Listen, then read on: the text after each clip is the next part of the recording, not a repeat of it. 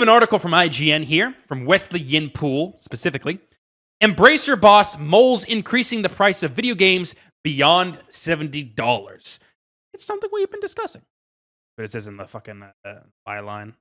The controversial boss of Embracer Group has discussed the topic of increasing the price of video games beyond $70 and amid rising development costs and a brutally competitive market. Lars Wingefors, who has laid off thousands of staff, shut multiple studios and sold off subsidiaries in the last financial year, told GamesIndustry.biz that pushing the price of video games higher is something Embracer has discussed and that doing so would mean more video games would be released. Quote, I'm not saying you can't increase the price, Wingefors told the site, but the reality is no one has tried it. If you create an enormous role-playing game, for example, with 100 or 150 hours of gameplay, very polished, and a unique experience, would the consumer be willing to pay more? If they would have more products potentially coming to market, but no one tried it. It's something we have been discussing, but we are currently sticking to the practice of the industry. Would it be that one company, one day, that tries to increase pricing? That remains to be seen. The AAA video game industry collectively raised the price of its video games with the launch of the current console generation in 2020, but in recent months, the $70 price point has become the topic of much discussion amid the industry's ongoing struggles. Recent data points to gamers trending to favor older live service games such as Fortnite, Roblox, and Call of Duty, leaving less room for new full-price games. Indeed, Embracer has seen a number of high-profile flops, including the recently released horror revival Alone in the Dark, which Wingefors said was, quote, a big investment that, quote, didn't catch enough consumers. Continuing the quote, I think the industry is facing the same problem as all other industries, with inflation and rising costs of game development, Wingefors added, and it's been hard to increase pricing in premium PC console. The pricing of those products has been the same for many years, which means that the margin to succeed is less, and on top of that, there is a higher cost of capital. Ultimately, when you make big investments or games, you need to play with teams you are very confident in or with IPs you own or control and have the full financial income. On top of that, the consumers have been more content than ever to choose from. They love to engage in established IPs they've been playing before, which means it's harder to have them trying out new things or new IPs. It's just something we're all facing. It's a reality which we've been adapting to over the past year, and we will continue to adapt to that reality, end quote. Wingefors' comments suggest Embracer is waiting for another video game company to go first, essentially, before it follows suit with a price hike. But what company could justify such a move? Which would likely be met with a backlash from gamers. That's there. Fuck around if you want to. It's really telling a couple of things. It's telling that they're waiting for someone else to do it. Yeah. Because the Embracer Group are snake oil salesmen. Yeah. They bought up a bunch of studios, attempted to push a bunch of games out onto market. Bought the rights to a bunch of IPs. Didn't do well. Wasn't a proper practice, and game studios and employees suffered as a result of that. And this is off the back of them increasing games to $70. Back then, it takes longer to make, it costs more to make games. We want to pay more for workers. All of that sounded bullshit out the gate. Now that we saw the price rise happen and saw mass layoffs follow after the fact, it tells me that you were just bullshitting from that point, and it was just a way to try and justify it. And this seems even more pathetic, especially because it's coming from a guy like Lars Wingefors, who has consistently failed in the gaming market. And so, why would you go to him over anybody else for ideas? You wouldn't, because he's an idiot. He's bad at doing what he's in the position to do so, because he's the head of a company. And you basically can fail very often, and you don't see any firings happen because you're the guy. You're the head of it.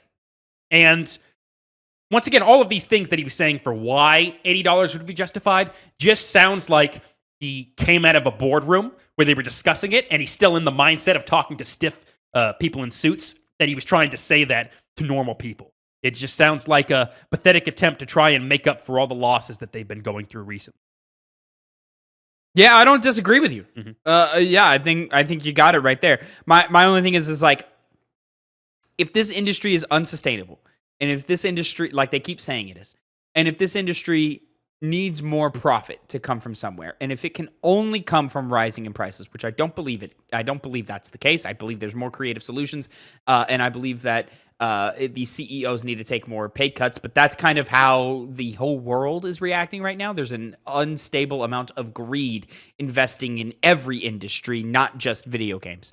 And quite frankly, like, are video games taking longer to produce? Yes.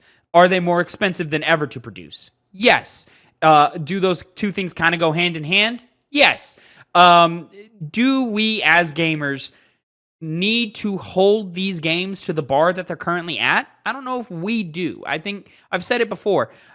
I think it's okay if games look a little less pretty and maybe are a little less long for the sake of getting them out faster. There was a funny little thing that I saw on Twitter this last week where they were proving examples of, like, Ratchet and Clank was the franchise they were using as an example, and how many games we got in the first, because Ratchet's been around for 2 decades now, how many games we got in the first decade versus the second decade. In the first decade, we got like 12 Ratchet games. In the second decade, we got 3.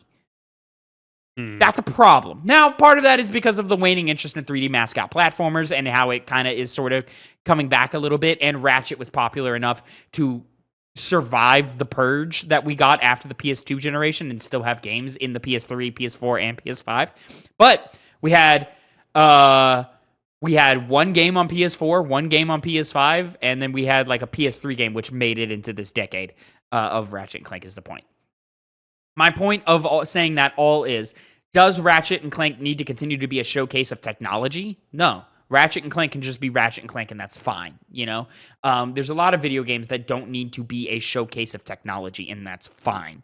Hellblade 2 is the prime example today of, like, all right, the game is beautiful, and that's fantastic. But is that what's interesting about Hellblade? Doesn't seem to be, because it hasn't got as much attention. Isn't it a little bit more of the dive into the character of Psychosis and the meta-narrative that they're putting out and the themes? I don't know. You would be better equipped to answer that question, but that's what I would assume is more interesting about that game. Not so much how well the eye tracking technology is on Senua. Horizon is another example. Horizon, beautiful set of games. Both of them are gorgeous. Some of the most beautiful open-world games you can see and that you can get on the market. Do they need to be? Is that selling any more copies? I don't know if it is. I know the reception to Forbidden West was kind of lackluster. People didn't get excited about it as much as they had the last game. And from people who played it, we could say it looked way prettier. Yeah. It played the exact same thing. Then let's compare that to the game that came out the week after that. Elden Ring. Yeah. Fantastic game, right? Plays great. So much fun. So challenging. Such a great world to develop in or to play in. Is that the prettiest game on the market? No. And no one gave a shit. It's got a striking art style, so there are moments where it looks gorgeous. But if you take a microscope to that game and you look at some of the texture work in it, it's pretty muddy. You know? It's just not the prettiest game in the world. It just isn't. But does that matter? Obviously not. So why do we keep talking as if it does matter? You know? Why are we inflating the cost of game production to do this? Listen, if a game needs to be $80, it needs to be $80, and that's just the world we live in. But I would argue maybe we can take some different steps and a different approach and meet the same amount of success for less cost, you know? Because, quite frankly, gaming's not going to get much bigger. Yeah. You know? It's pretty fucking big right now. And it's just not going to get much bigger. And if this is unsustainable when the profits are at the highest, you know, when gaming is at its peak, or at least in comparison to what it's ever been, why do costs need to go up?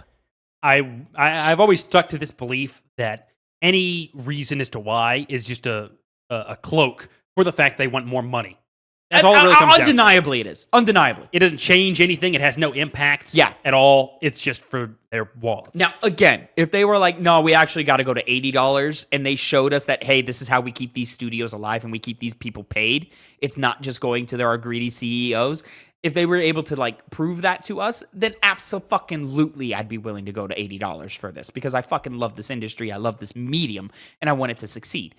My argument is, I don't think that's the only solution, and I don't even think it's the best solution. And will it really draw people into play game, get more games? Yeah, I don't even think it would solve the problem. No. Because I think that greed is running rampant, and we would just continue to have this problem. It would just keep inflating itself. Tell us you need more dollars all you want. At the end of the day, why are these games so expensive to make? You got to feed the Maybe machine. our focus is in the wrong place.